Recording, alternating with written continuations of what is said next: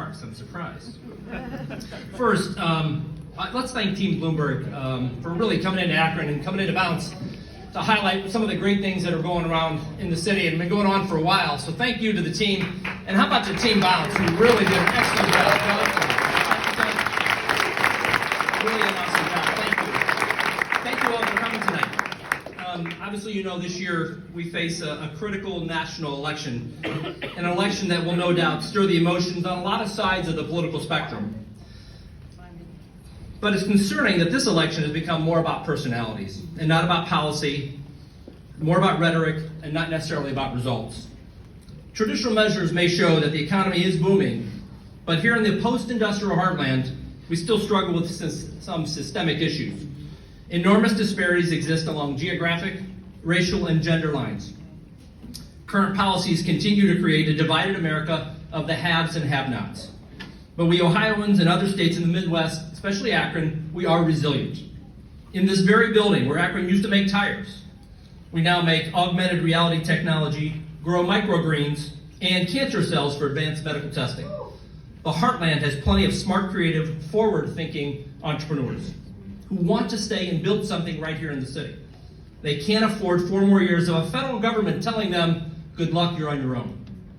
The challenges we face in Akron are the challenges of many legacy cities. They're complex and they are generational. Solving them requires a true partner. We're not looking for a savior, we're looking for a partner in the Oval Office. That's why I look for a presidential candidate with a proven record of getting big things done, a record of taking on the tough issues and winning in a leadership style that puts people over politics, facts over fiction, and I want someone who's focused on less talk and more action.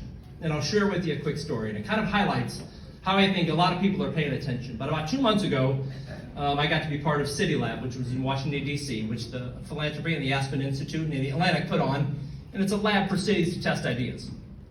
I know Mike doesn't remember this, but he probably remembers it.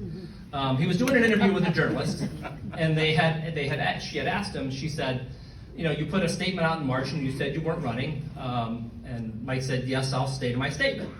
And she was kind of pushing him a little bit and saying, you know what, I want more of an answer. And you can kind of tell, I don't think it was going over real well. Anyway, she got to a point where she started talking about elected officials and what they do and how they do their job and losing elections. And the comment that Mayor Bloomberg had made was, listen, if you're an elected official and you lose, you probably should have. You should probably spend too much time trying to keep your job as opposed to enough time doing your job. I want somebody doing their job on a daily basis.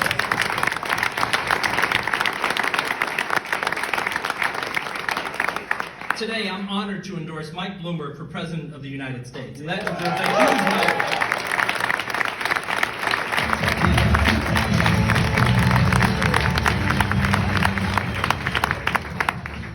As a global leader in the fight against climate change, he stepped up when the president backed down. When our schools and streets increasingly came under attack from gun violence, he took on the NRA and still leads that fight for a common sense gun safety measures today. Mike has bold and realistic plans to tackle important issues that are critical to Akron and many cities across the country. On healthcare, he'll build on the Affordable Care Act and focus on reducing tragically high mortality rates for infants and mothers, which is a very difficult and important issue for the city of Akron. On housing and neighborhood development, Mike will expand federal support for community development, low-income tax credit, and rehabilitation funding, and these are programs that are all vital to the city's future. Mike started the nation's first ever financial empowerment center, a model that is known across the nation as a proven way to combat poverty. And this is a model that we've adopted and we've seen significant results over the first 2 years. In my opinion, Mike's hands-on experience in expanding educational opportunities for low-income Americans, investing in entrepreneurship of where we sit today, creating living wage jobs is unparalleled in this race. And like me, he believes that the economy should work for everyone, just not some, regardless of race, gender, or zip code. Tonight, he will discuss his plan to focus on cities like Akron and provide the resources and, more importantly, I think, the political will to close the prosperity divide here in America. Mike Bloomberg has an unmatched record of providing calm, steady leadership at the local, national, and global level. He has the right temperament and experience to unite our country and create meaningful change. He understands that everyday people need the government to work for them, not just do things to them. I'm proud to stand with Mike in his campaign. Please join me in welcoming to the stage the next President of the United States, Mike Bloomberg.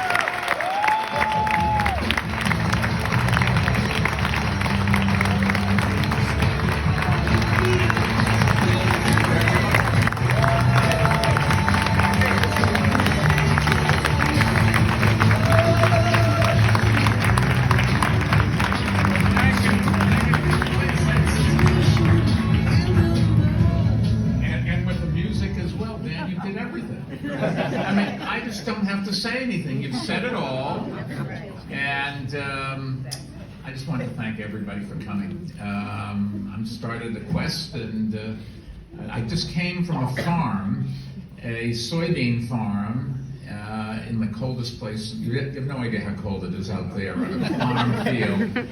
But there were 5 families that own this farm, and they work together. And that's how they make a living. And so maybe there was 15 people there. And then I walk into this room and I'm speechless. There I did know every name. Here, not quite. I'll get around to it. Anyway, Stan, thank you for that great introduction. It's great to be here at Bounce. Conveniently located, I was told, right around the corner from the Missing Falls Brewery. Sometimes you need a little libation, and if the press here wants to pick up a case before you go home, you're welcome to do so. I will not tell the boss.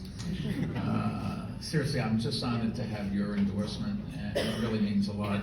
We've gotten to know each other over the years. We've worked together, and I've worked with a lot of other mayors, and one sitting right where you are. Steve, okay, because you were sitting there before. Steve Benjamin is the mayor of a town in South Carolina, Columbia, South Carolina, and he's the co-chair of the Elect Bloomberg campaign. So if it doesn't work, blame him. That's right. The mayor and I will stop by the brewery and commiserate with a few beers. Seriously, Dan is the real deal when it comes to mayors. It is so impressive what they've done in this building, but he's done a great job in the city. And he's driven by data, and he has ambitious plans for the city. And it was just amazing when he talked about what he was doing in terms of how many people and where they come from and what the businesses here are growing and what's going to happen tomorrow. And he delivers results. And that's exactly what we need. It focuses on everything from infrastructure to public safety to economic development. That is why he won re-election last year. I was told 70% of the vote? Yes, more than half. More than half.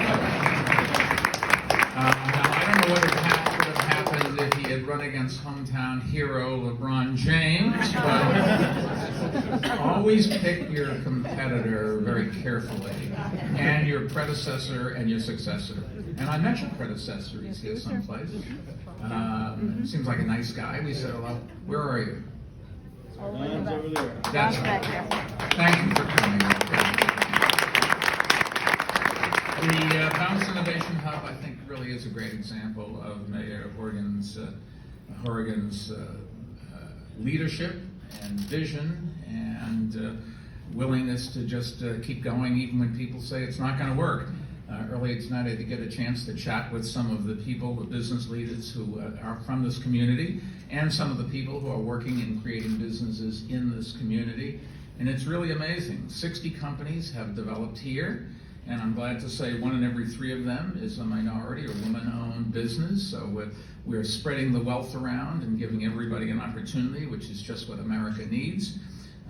America needs more places like Bounce, and we tried to create some in New York, and some worked and some didn't, and I'm very proud of what we did in New York, but you can be a role model, and I'm going to start telling people they should come right here and look and see what Akron did, because lots of places in this country, they just throw up their hands and say there's no solution to the problems that we have of homelessness and guns in the street and this and that and the other thing, and no jobs, and you've just said, I'm not going to pay any attention to that. I'm going to go do it. And so congratulations.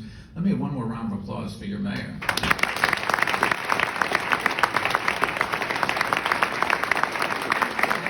Well deserved. strategy for creating good jobs in Akron and around the country by creating what we call job factories. These factories aren't traditional factories that build something physical. They create investments and build on economic strengths in existing communities. And we're not trying to invent the wheel, but since this is Akron, I probably should clarify and say we're not trying to reinvent the tire either. My staff came up with that, not I. Seriously, what we're trying to do is help communities across the country tap into the potential of the economic engines that already exist there. We have to do a lot, but something that plans 10 years down the road. At my age, you don't have a 10-year time frame. At my age, looking out there and seeing people that need help right now, you say we've got to do something, get it going tomorrow or today. And that's why we want to build on things that already exist, and that's the whole idea here. We have traditional manufacturing or farming, industries that are already going, and we've got to make sure that they keep growing, but that they absorb more people and create more taxes and ideas for the rest of this country. If you have a good hospital system or a good university, we can make it even stronger and make it bigger and treat more patients or educate more students and employ more people. And I think the best ways to help a city's economy improve, not 5 or 10 or 20 years down the road, but immediately, is to do exactly what we're doing, because creating good jobs isn't tearing everything down and starting over. It's figuring out what strengths communities have and building on them. And one of the things the mayor told me is the immigrant communities that have come here and been absorbed and added to the company. The farm I was at, they have immigrants coming from South Africa to work, and it's a seasonal business. In the winter, it's just you wait for the sun and you wait for the spring. But then when the farm gets going, they staff up and they create jobs, and it's what America was built on. It's the idea of America, that we can absorb people and all get more strength from bringing in new ideas and new ways of looking at things. And Trump has talked about immigrants almost as criminals. We need more immigrants in this country, and this is a good example of that.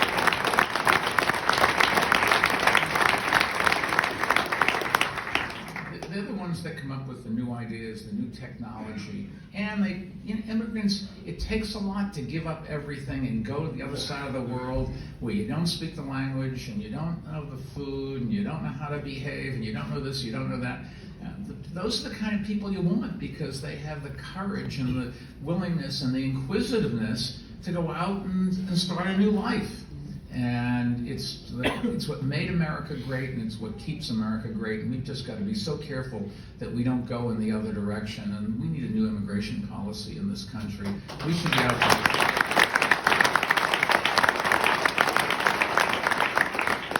Akron is actually the perfect kind of size of city and location that will benefit from more immigrants. Goodyear's headquartered here and conducts its R&D here. So they may not, I don't know how many tires they make anymore, but it's just where they think the talent is and they think the opportunity is, and other companies should look at it. University of Akron's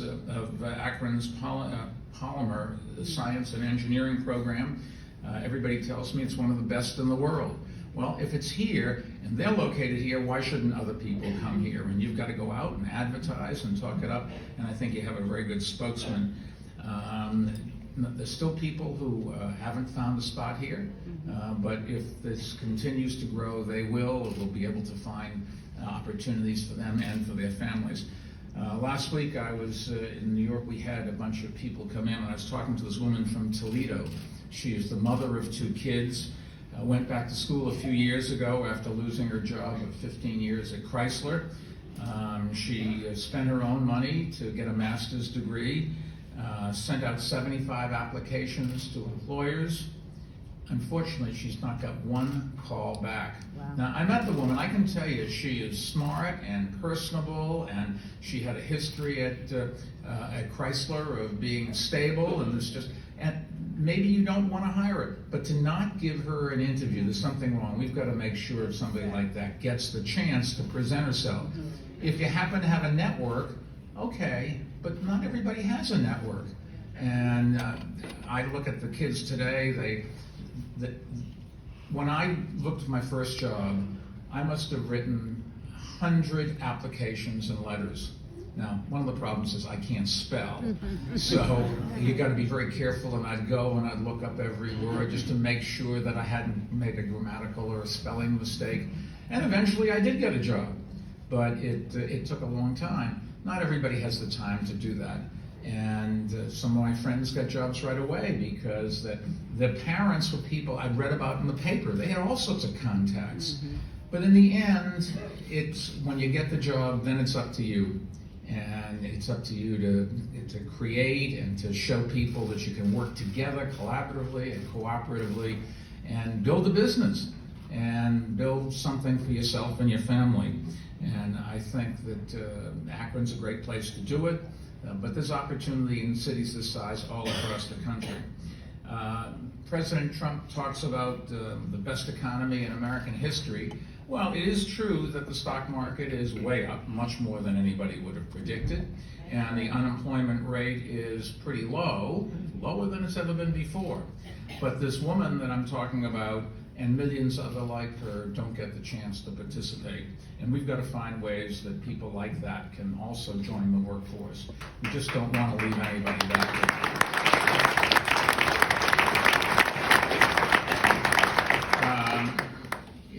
Look, I'm running first against the Democrats for the nomination, and then hopefully against Donald Trump. He's a New Yorker. I've known him for not all that well, but we cut ribbons together. We took the subway together.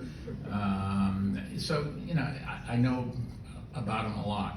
He's given a lot of promises, and one of the promises that he just keeps making promises, and then he keeps breaking the promises. He's promised all these things.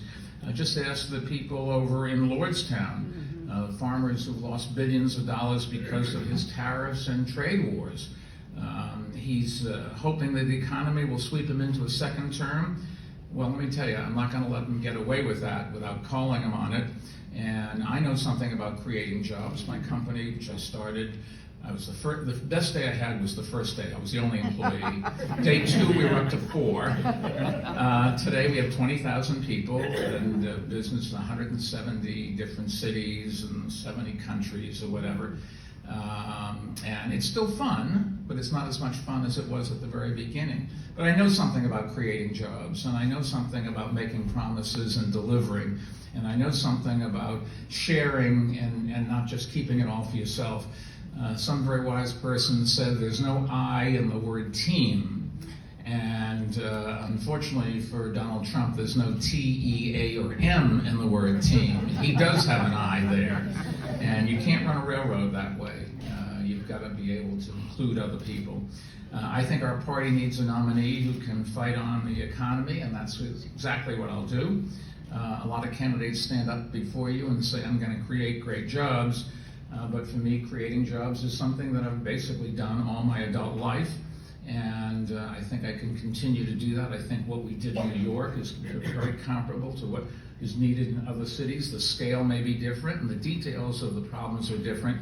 But we all want services. We have to make sure we're safe. We have to make sure we are employed. We have to make sure that we have good housing and infrastructure and good management, and that everybody is taken care of. And that's something I've spent my career doing things rather than talking about them. And I just would love to have the opportunity to do that for the country. I have 2 daughters, age 39 and 37 as of yesterday, or 2 days ago, and 2 grandkids, ages 5 and 4. Grandkids are great because you can send them home. But I will say, no, with my daughters, I change diapers all the time. Sorry, guys. I just, feeding was the thing I didn't want to do, as I remember. But my daughters, all kidding aside, turned out fine, and I've got a great family. And I want to make sure they have a future. And somebody said to me, well, who would you pick as a vice presidential candidate?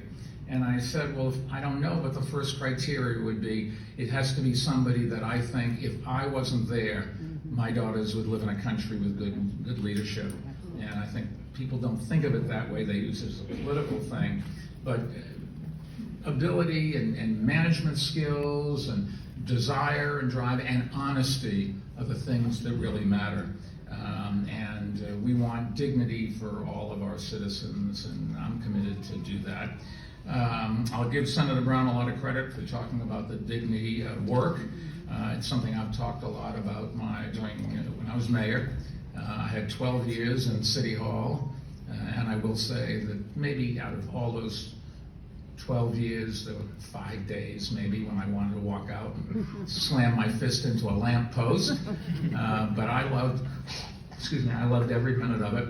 And we made a big difference in New York, but we made the difference because I did what your mayor does. You pick good people and you empower them and you stand behind them and you let them do the work. And speaking of doing the work, the Moms Demand Action, I just wanted to say congratulations to all of you.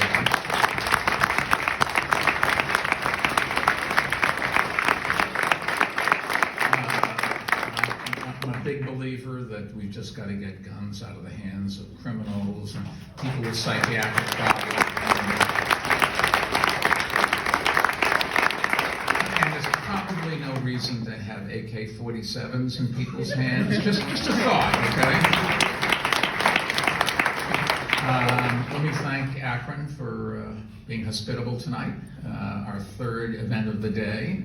I'm not looking forward to getting on the plane and going to sleep, but I will be asleep as soon as I sit down on the plane. And tomorrow it starts again. I've got a wonderful life. I'm seeing an enormous parts of this country that in all of my 77 years before I never got a chance to see. Meeting an awful lot of people. And you know, I've almost never met anybody that didn't have a story to tell and that I wasn't happy to meet. And I'm the luckiest guy in the world. I would recommend to all of you, if you get a chance, run for president. Well, not this time around. Next time.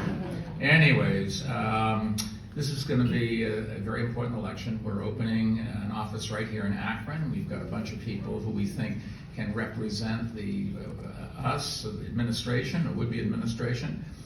People who can find out what you want and see if we can't do something, because in the end, the main thing I'm doing going around is asking you, the one who runs my life in the foundation says, ask a question, make a friend, but if you ask a question, you also learn something. And what I've learned is that this country, well, no matter how great it is, still has, not everybody's included. We have to find ways to do that. When I got into office, the first thing in City Hall back in January 1st, 2002, in New York, I found out that an awful lot of people who were uninsured, and so we worked on that, and we reduced the uninsured population by 40%. We improved prenatal and maternity care.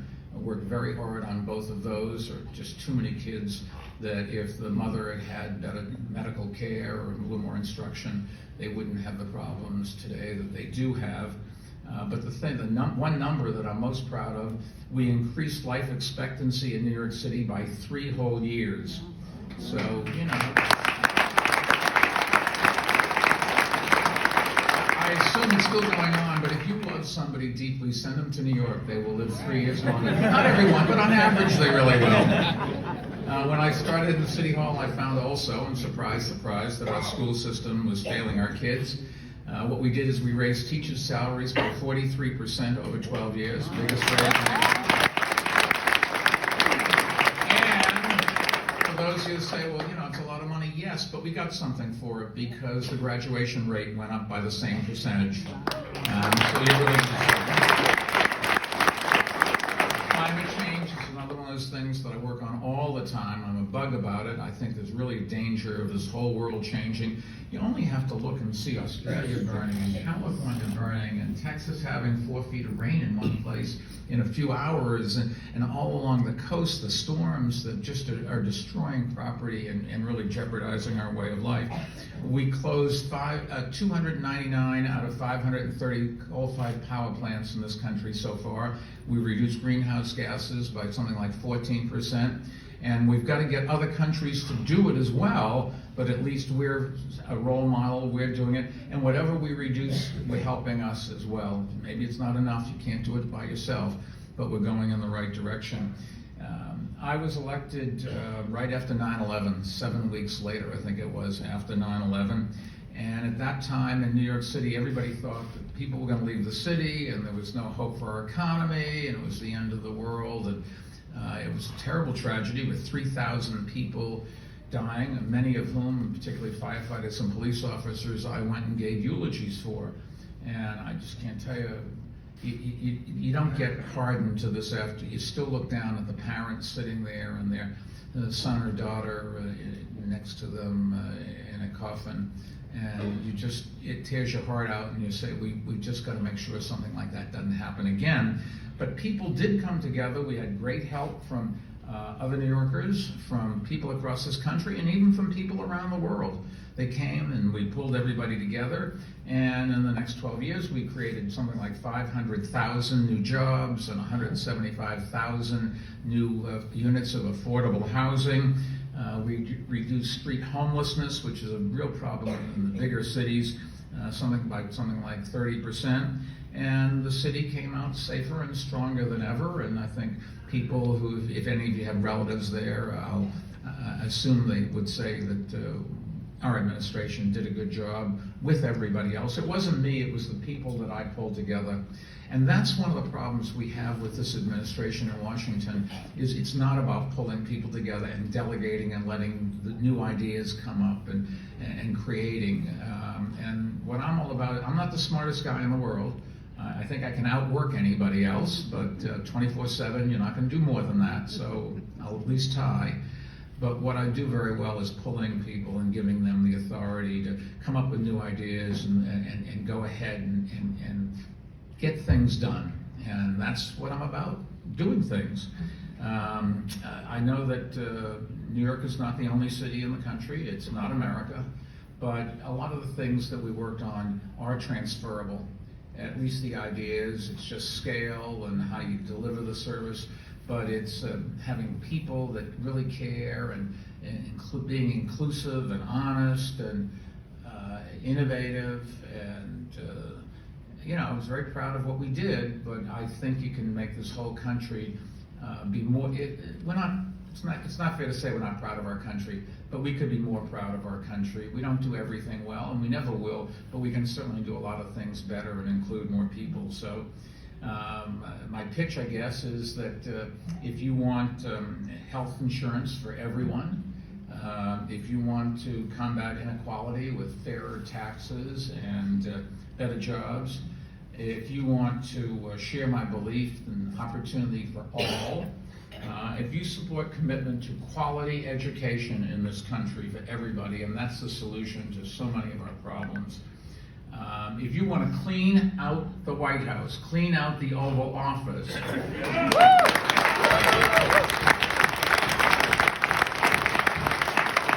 If you want to get things done, join Team Bloomberg. Welcome to Bloomberg 2020.